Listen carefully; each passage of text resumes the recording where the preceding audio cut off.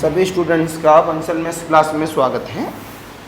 Then today topic is new topic है हमारा the sequence. इससे पहले वाले टॉपिक में आपको अगर याद दिला दें तो बहुत सारा सिलेबस पढ़ा चुके हैं, जिसके लिए आप हमारी प्लेलिस्ट में जा सकते हैं। लेक्चर ऑन कर लीजिए, सभी हमारी प्लेलिस्ट में जा सकते हैं। और उससे पहले वाले टॉपिक में हमने क्या क्या पढ़ा दिया आप लोगों को देखा जाए तो द सीरीज बता दिया, द पावर सीरीज बता दिया, द पावर सीरीज के बाद में काउंटेबल एंड अनकाउंटेबल बता दिया, और उसके बाद में हमने पॉइंट सेट थ्योरी बता दिया। राइट, तो एक मिनट कॉपी दिखा दो आप हमें। और हमारा टॉपिक आ रहा द सीक्वेंस। सीक्वेंस के बाद अभी इसमें आगे इंक्रीमेंट और होंगे, but sequence is the very very most important topic in your exam. तो क्या नाम है आपका सोलंकी, आगे इंडेक्स बना दो इसकी। यहाँ पर क्या जो हेडिंग है उस हिसाब से पहले सीरीज है, पेज नंबर डाल लो इस पर, यहाँ से यहाँ तक। फिर पावर सीरीज है, तो फिर काउंटेबल अनकाउंटेबल है, फिर पॉइंट सेट थ्योरी है, उसी के अंदर है तो पॉइंट सेट थ्योरी ले लेना पूरा। उसके बाद में द सीक्वेंस है।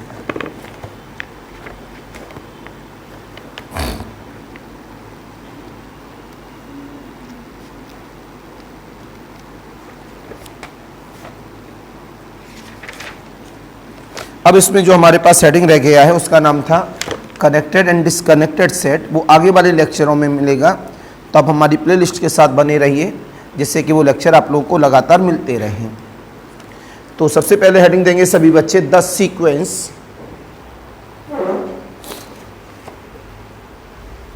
हेडिंग देंगे सभी बच्चे द सीक्वेंस। सीक्वेंस क्या होता है सारे बच्चे जानते हैं।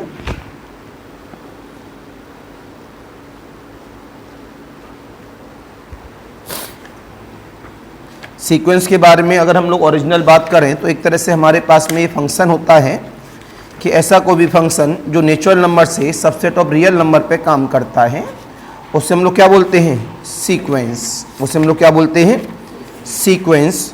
तो हम लोगों ने यहीं से लिखा हेडिंग के साथ साथ में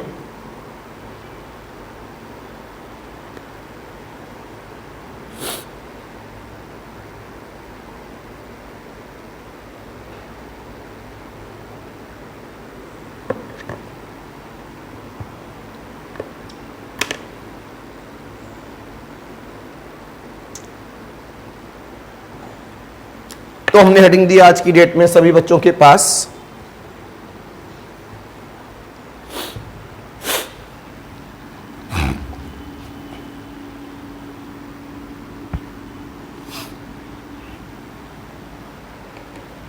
द सीक्वेंस।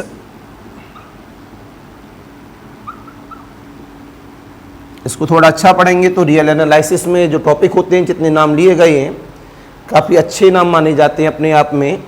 तो हेडिंग देंगे सभी बच्चे रियल सीक्वेंस। मैंने वैसे अभी आपको डेफिनेशन बता दी थी कि हमने साफ बोला था इस जगह से कि नेचुरल नंबर से लेके हम लोग कहाँ काम कर रहे हैं, सबसेट ऑफ रियल नंबर पर। सबसेट ऑफ रियल नंबर कौन है, वो रेंज। तो इस तरह की मैपिंग को हम लोग क्या बोलते हैं, सीक्वेंस। तो आपने बोला a real sequence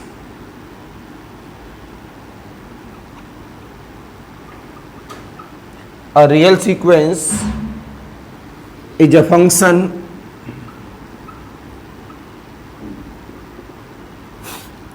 whose domain is set of natural number। पहले देख लिया करो, whose domain is the set of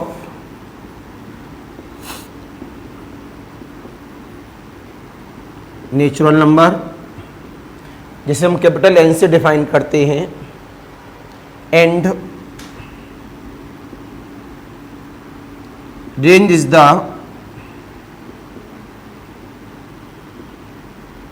subset of real number.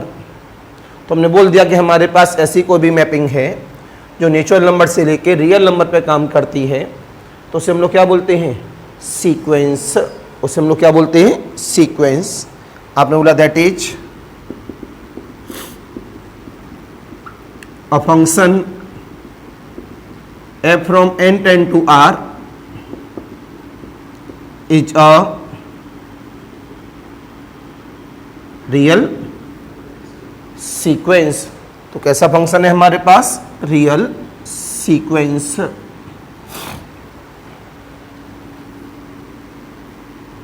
ये हमारे पास डोमेन हो गया। This is the capital N, this is the capital R, this combination is F। यहां से हम लोगों ने इस तरह से बना दिया इसे। R है, अगर R का नाम रियल नंबर देते हैं तो एलिमेंट बचे रह सकते हैं यहां पर। तभी तो रेंज को हमने क्या बोला है? Subset of real number. अगर हमारा कोडोमेन रियल नंबर है तो कंफर्म है रेंज कौन होगी? Subset of real number. Range कौन होगी हमारे पास? Subset of real number. Example तो बनता है हमारे लिए। आपने बोला, पहले लिख दें, it is denoted by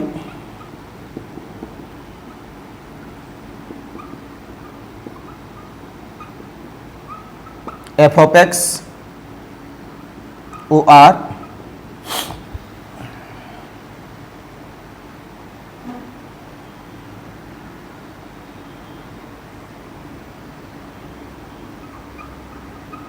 x n. इस मौलिक इसका हमने बोला it is denoted by x n और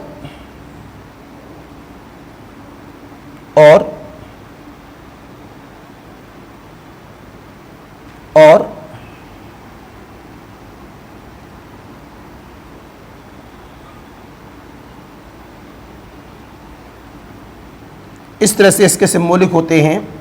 where x n is the n term of the sequence. हमने कहा यहां से बॉक्स के अंदर x n equal of the 1/n, right. इसे ऑन किया गया अपने पास, n की वैल्यू पुटअप कर दी गई। ये डोमेन है और ये कोडोमेन है। फंक्शन का कॉम्बिनेशन क्या है? 1/n। तो हमारे पास यहाँ 1 रखा गया, 2 रखा गया, 3 रखा गया, 4 रखा गया, 5, 6 एंड सो ऑन द। इस तरह से वो चलता रहेगा अपने आप में। तुरंत आपने यहाँ से क्या डिफाइन किया इसे? 1/n equal of the 1, 1/2, 1/3, 1/4, 1/5 and so on the. तो आपको पता लग गया दिस इज द सीक्वेंस। तो ये हमारे पास क्या बन के तैयार हुआ? सीक्वेंस। नोट करिए फेयर कॉपी में सभी बच्चे।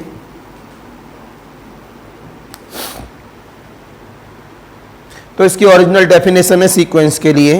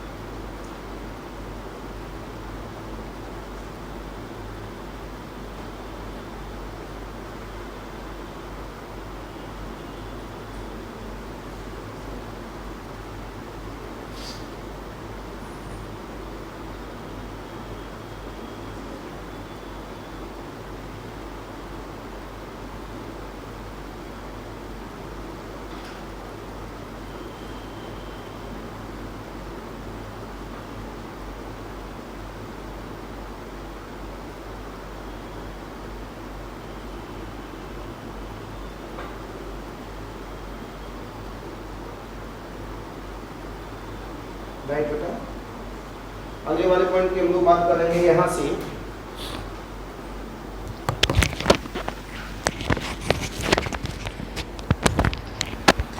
अब आते हैं इसमें डेफिनेशन को आगे बढ़ाने के लिए थोड़ा समय लेगा, 3 से 4 दिन का आराम से सीक्वेंस। तो हमने जवाब दिया यहाँ पर सबसे पहले रेंज, आना रेंज डेफिनेशन में आ चुकी है। रेंज ऑफ अ सीक्वेंस, तो सीधा सीधा सामने हमें फिगर के अंदर दिख भी रहा है रेंज। आपने बोला the set of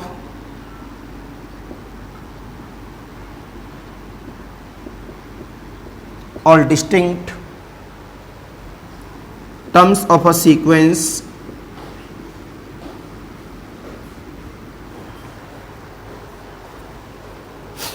is called the range.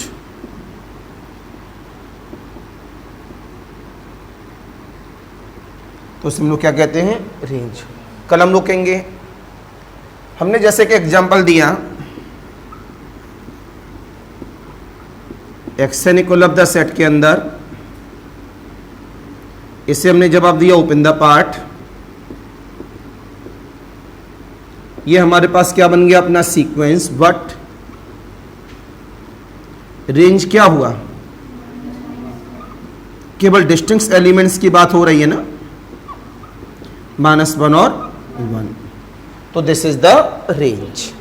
तो ये चीज़ें थोड़ा सा आपके पास में थी कि हम रेंज की मीनिंग को हम लोग क्या डिफाइन करेंगे। तो हमारे पास ये एट अ टाइम कैसा सेट आया है? Finite set. कैसा सेट है यहाँ पर? Finite set. अब आते हैं हम लोग कांस्टेंट सीक्वेंस।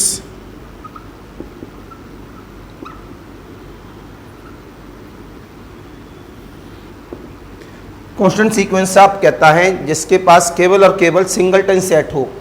किसके पास? रेंज के पास। ऐसा कोई भी रेंज जिसके पास केवल सिंगलटन सेट हो तो उसे हम लोग क्या बोलते हैं? Constant sequence. A sequence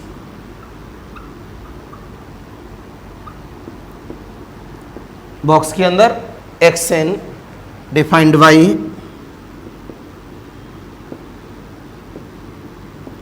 xn बराबर c for all n is belongs to capital N, मतलब natural number, is called the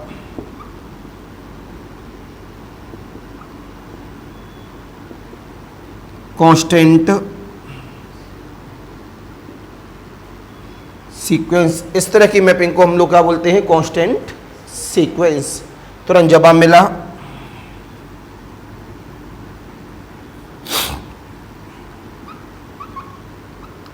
xn से r, तो हमने यहां से क्या बोला? ये हमारे पास फंक्शन हो गया, ये c हो गया। सारी इमेज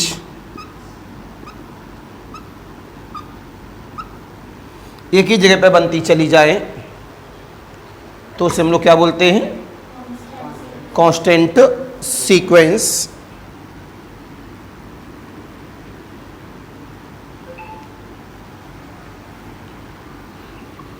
तो आपने जवाब दिया इसमें इन constant sequence range set is a singleton set. जो रेंज सेट है वो क्या है? सिंगलटन सेट है हमारे पास। तो हमने जवाब दिया इसमें एक एग्जांपल के साथ। बॉक्स के अंदर xn और इसमें हमने मान लिया 1। जब इसे ऑन करेंगे तो सारे टर्म्स क्या होंगे? 1 1 1 1 ही होंगी। तो this is constant sequence. Any confusion, any doubt? बोला करिए। अगर हमारे पास में कांस्टेंट सीक्वेंस आया है तो एक तरह से एक पॉइंट बन के रिप्रेजेंट हो रहा है। हमने बता दिया यहां पर constant sequence is a point so it is bounded sequence, इसकी लोअर बाउंड्री भी यही है और अपर बाउंड्री भी यही है, तो अपने आप में क्या बन जाता है, ये एक बाउंडेड सीक्वेंस बन जाता है, क्योंकि ये पॉइंट का काम करता है। इसका काम करता है पॉइंट का। नोट करें सभी बच्चे।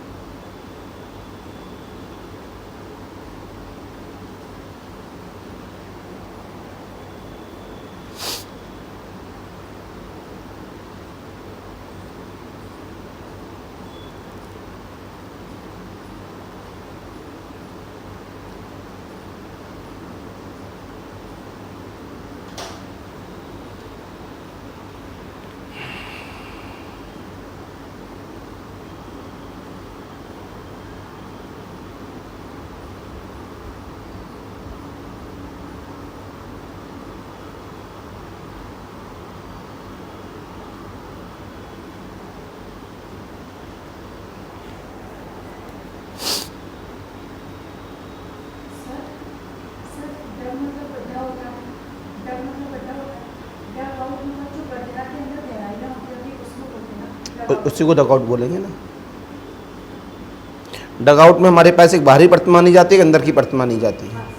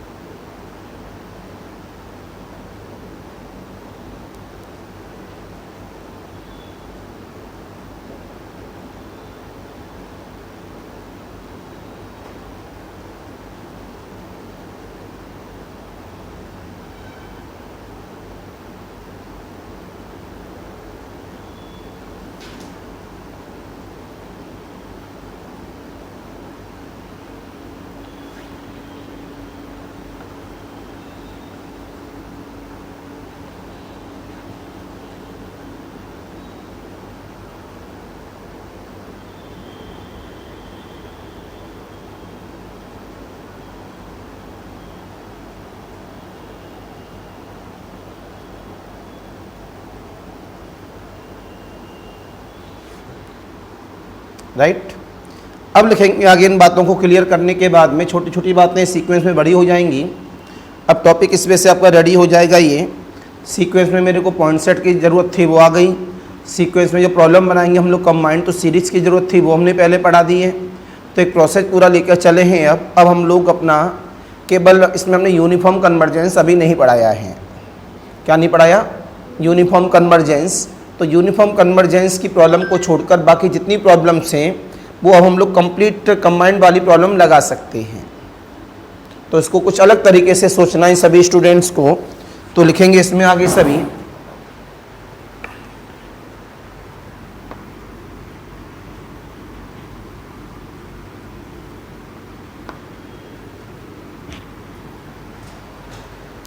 तो जवाब मिला यहां से हमारे पास। अब हेडिंग डाला जाए bounded sequence.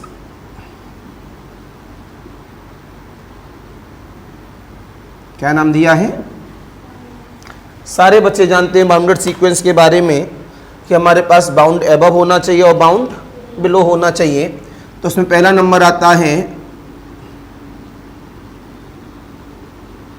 Bounded above sequence. क्या होता है हमारे पास? अ सीक्वेंस बॉक्स के अंदर xn is said to be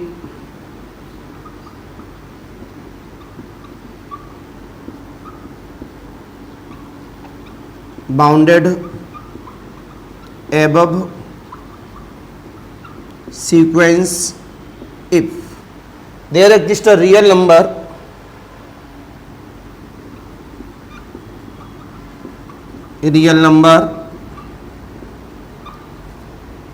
capital M such that xn less than equal to capital M for all n is belongs to capital M।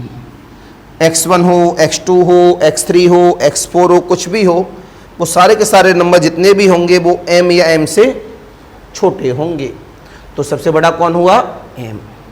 कभी कभी m हमारे पास नहीं होता है, लेकिन हम मान लेते हैं जैसे हमारा जीरो उसमें नहीं आ रहा है, लेकिन उसमें आ रहा है कि जीरो मतलब बिल्कुल जीरो के नज़दीक वाली वैल्यू आ रही है 0.000000009 करके, तो हम बोलते हैं जीरो इसका क्या है? अपर बाउंड है।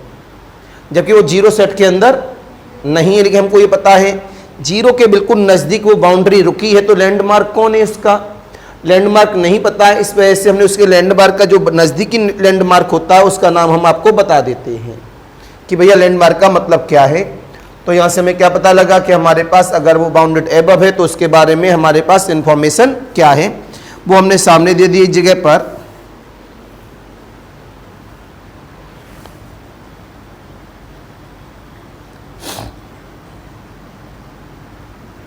where capital M is the upper bound of the sequence। तो हमारे पास ये कैपिटल M क्या है? Upper bound of the sequence. इसी तरह से इसमें हमने नई बात कर दी आप लोगों से, इसका नाम है हमारे पास बाउंडेड बिलो सीक्वेंस। क्या नाम है? Bounded below sequence. क्या लिखा गया? अ सीक्वेंस बॉक्स के अंदर xn is said to be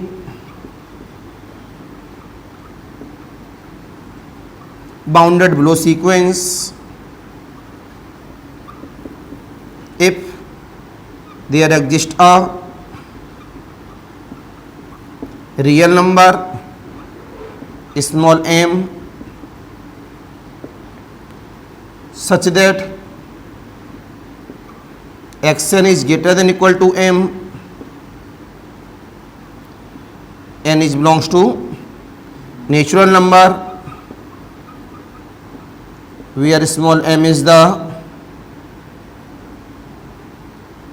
lower bound of the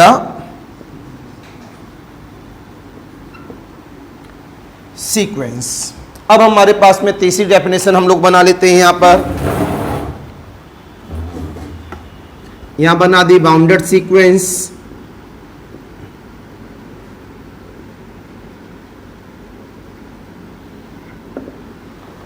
तो बाउंडेड सीक्वेंस क्या होती है?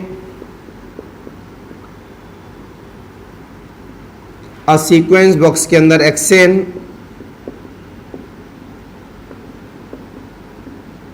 Is said to B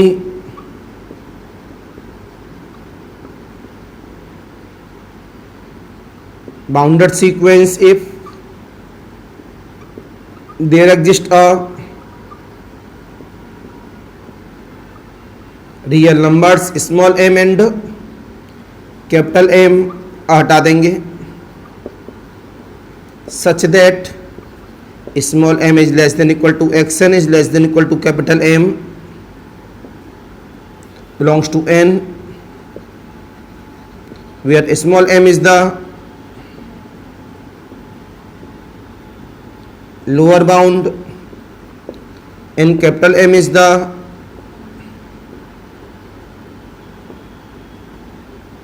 upper bound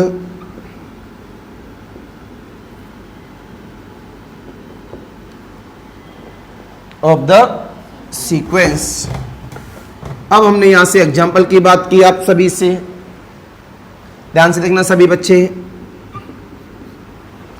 example क्या है हमारे पास? हमने कहा बॉक्स के अंदर एक्सेन 1/n, हमने कहा इसे ओपन किया गया 1, 1/2, 1/3, 1/4, 1/5 एंड। तो यहां एक चीज सिखाते जा रहे हैं लगातार, ये कैसा है? घटते हुए क्रम में जा रहा है। आपने बोला it is bounded above by 1, आगे आगे जाता जा रहा है एंड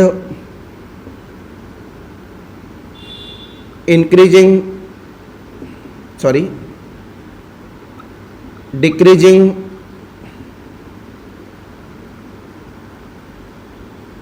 अगर ये इंक्रीज या डिक्रीज है तो दूसरी लिमिट निकालने के लिए आप लिमिट का इस्तेमाल कर सकते हैं। तो limit n tend to infinity क्या आएगी?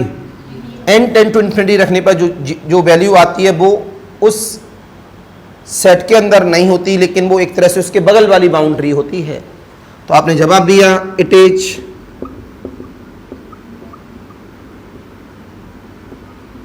Bounded below by 0 but 0 is not present in the set, in the range set। Range set में 0 प्रेजेंट नहीं है, उसके बावजूद भी 0 कौन है? Lower bound, right. तो क्या जवाब मिला? सो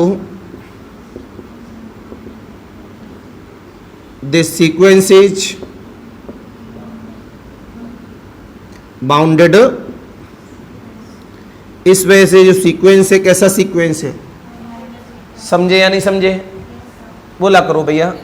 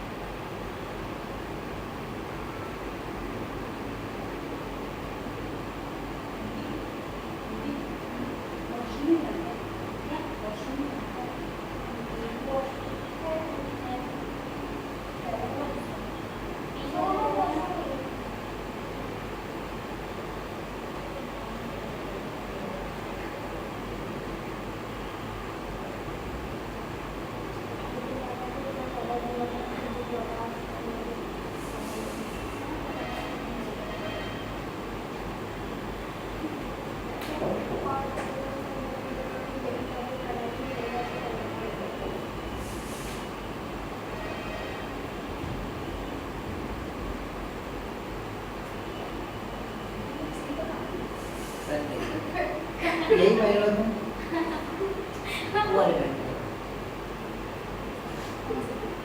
अरे वो जो ब्लैक वाले दिख रहे हैं, गिरना मत उनके से।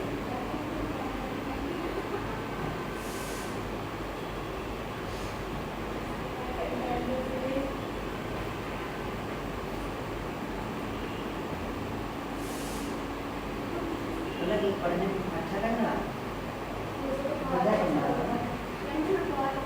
मैं तुमको बता रहा हूँ, मजा कमा रहा है। नहीं, ये शायद दोबारा पढ़ रहे इसलिए मन कम लग रहा था इसको पढ़ने। तुमको कैसा लग रहा? नहीं, अलग को कुछ भी पढ़े तो ठीक ही लगा। नहीं, ये तो समझ में आ रहा तब भी कम अच्छा लग रहा पढ़ने। मुझे ये बता रही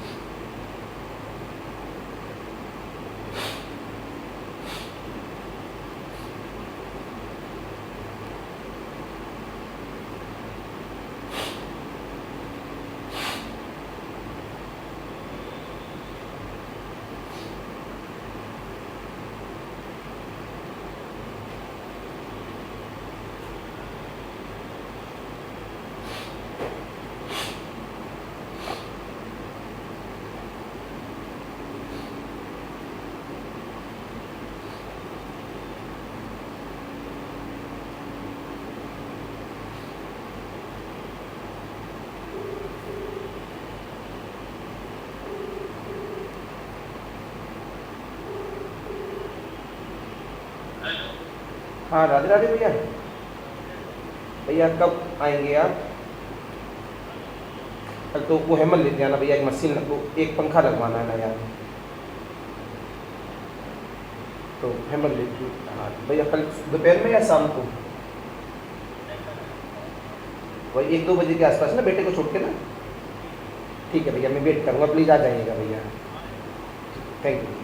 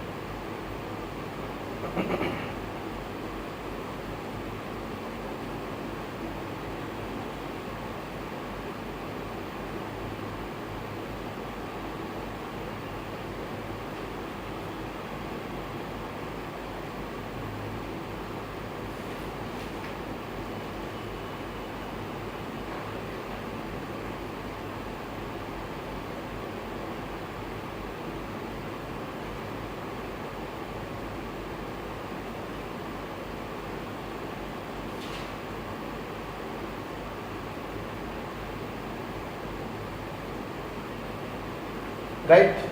आगे देखेंगे सभी बच्चे। बाउंडेड सीक्वेंस को कवर करने के बाद एक एग्जांपल और लिया इसी जगह पर।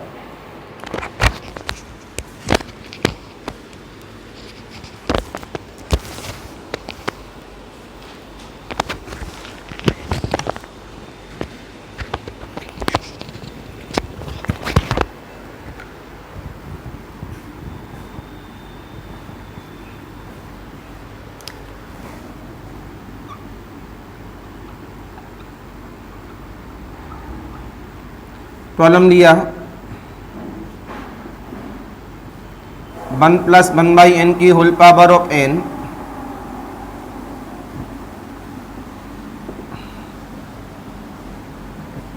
इसको हम लोग यूज कर रहे हैं।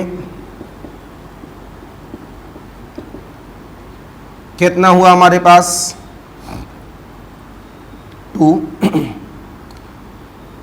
3 3 3 जा 9 3 रखा गया 64 अपॉन द एंड आपने बोला इट इज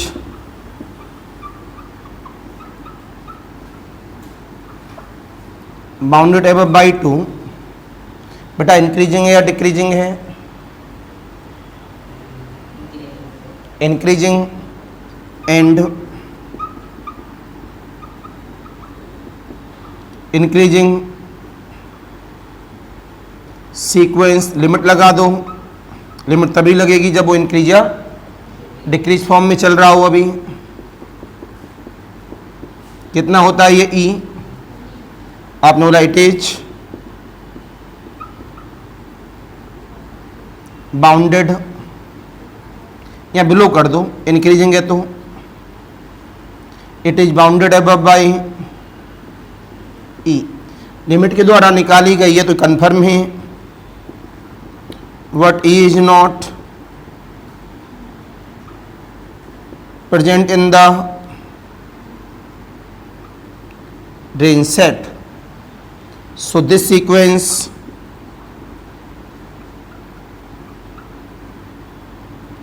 इज बाउंडेड। इस वजह से जो हमारा सीक्वेंस है कैसा है? बाउंडेड सीक्वेंस है।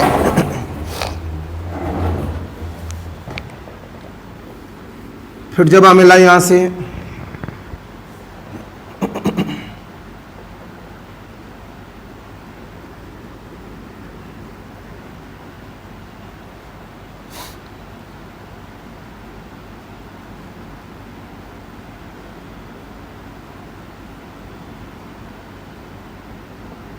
अब आपने नया एग्जांपल लिया एक और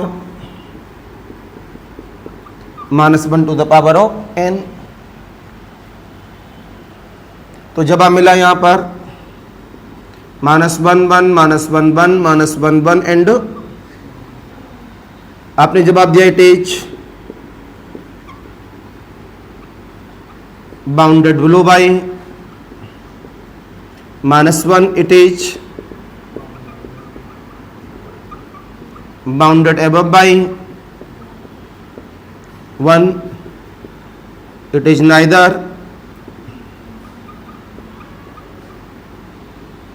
bounded above nor bounded below.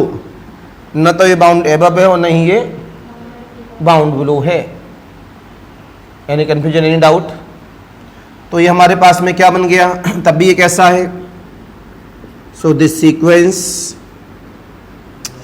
अरे sorry, bounded above bound below तो बस आप घटोत्कच की तरह बैठे रहते हो, सुनते रहते हो। बोलना चाहिए कि बाउंड बिलो आपने ऊपर लिखा है, बाउंड एबव नीचे लिखा है, तो आपने कैसे ये मना कर दिया? It is neither increasing nor decreasing, so this sequence is bounded. तो बाउंड सीक्वेंस के लिए कि जरूरी नहीं है कि वो इंक्रीजिंग हो या डिक्रीजिंग हो। तो वहाँ पर उसे इस तरह से भी सोचा जा सकता है। तो सारी बातें सामने आ जाती हैं हमारे पास सेंस के बेस पर। प्लीज फेयर कॉपी में लिखें।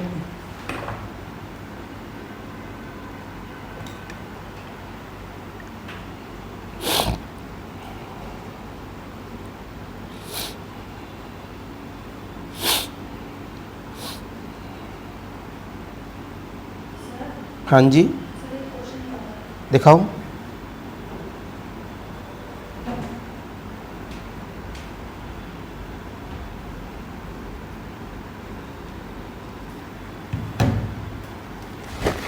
कौन सा है?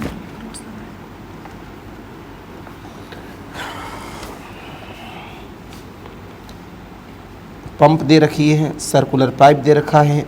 सर्कुलर पाइप है तो सिलेंड्रिकल नेचर बन के तैयार हो जाएगा। इंटरनल डायमीटर दे रखा है अंदर वाला डायमीटर 7 सेंटीमीटर को अंदर वाला है भाई। पाइप है तो अंदर और बाहर 2 हो गए ना। तो इंटरनल डायमीटर का 7, तो रेडियस कितनी हो गई 7/2। The flow of the water is the 72 centimetre पर सेकेंड। जो वाटर का फ्लो है वो क्या है 72 पर सेकेंड है। तो फ्लो ये है। तो एक तरह से जो फ्लो हो रहा है वो क्या किस में जा रहा होता है लेंथ में। तो हमारे पास क्या हुआ 72 उसकी लेंथ के लिए काम करेगा। तो हमारे पास सिलेंड्रिकली नेचर बताओ, वॉल्यूम क्या होता है सिलेंडर का? वॉल्यूम ऑफ सिलेंडर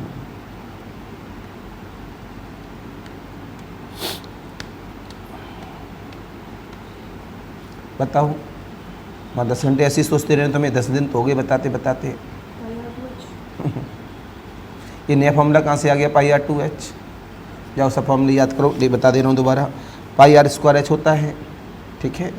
अब सिलेंडर ऐसे लेटा है तो हाइट लंबाई में चेंज हो जाती है भाई। पाइप ऐसे तो लेटेगा नहीं, पाइप ऐसे लेटेगा तो जो हाइट ऐसी होती है वो कैसी हो गई ऐसी। तो वो लेंथ का काम करती है एक तरह से। हाइट ऐसे क्यों ऐसे हो गई? वो ऐसे हो गई तो पाई है। आर कितना था 7/2, लेंथ कितनी थी 72, बस सामने आ गया, ठीक। अब हमें बताना है 1 घंटे में कितना पानी हमारा आया। तो हमारे पास पर सेकंड में है, 1 सेकंड में इतना था जो आया। तो हमारे पास 1 घंटे में कितने सेकंड होते हैं?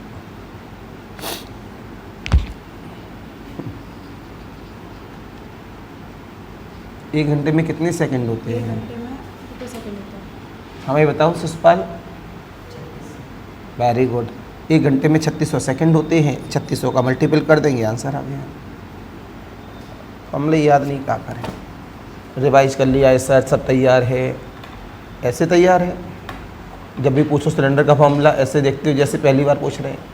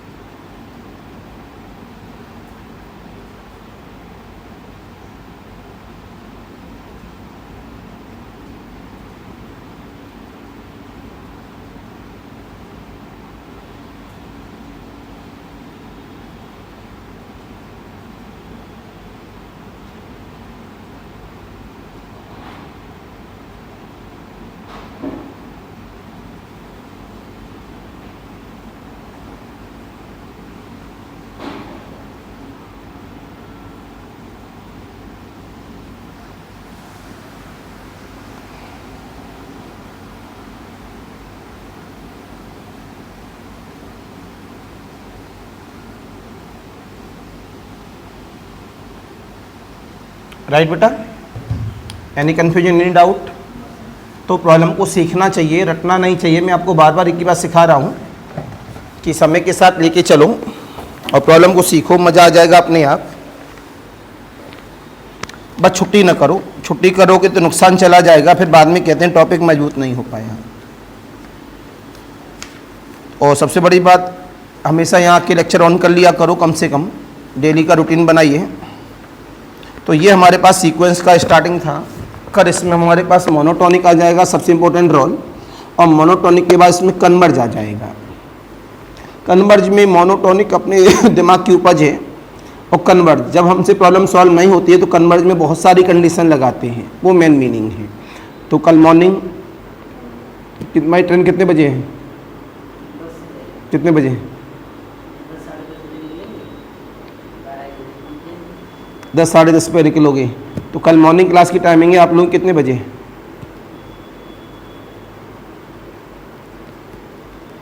7:15 बजे। वो जल्दी पढ़ के निकल तभी जाएगा, पहली बार सोच रहा कि चलो छुट्टी ना करें हम। तो कल की टाइमिंग जो है वो केवल कल के लिए मॉर्निंग 7:15 है, अदरवाइज मॉर्निंग तो 9:30 ही रहेगा, इवनिंग अपना 4 o'clock रहेगा। तो उस हिसाब से लेके चलेंगे। तो कल मॉर्निंग कितने बजे है? 7:15 बजे, राइट टाइम 7:15 राइट।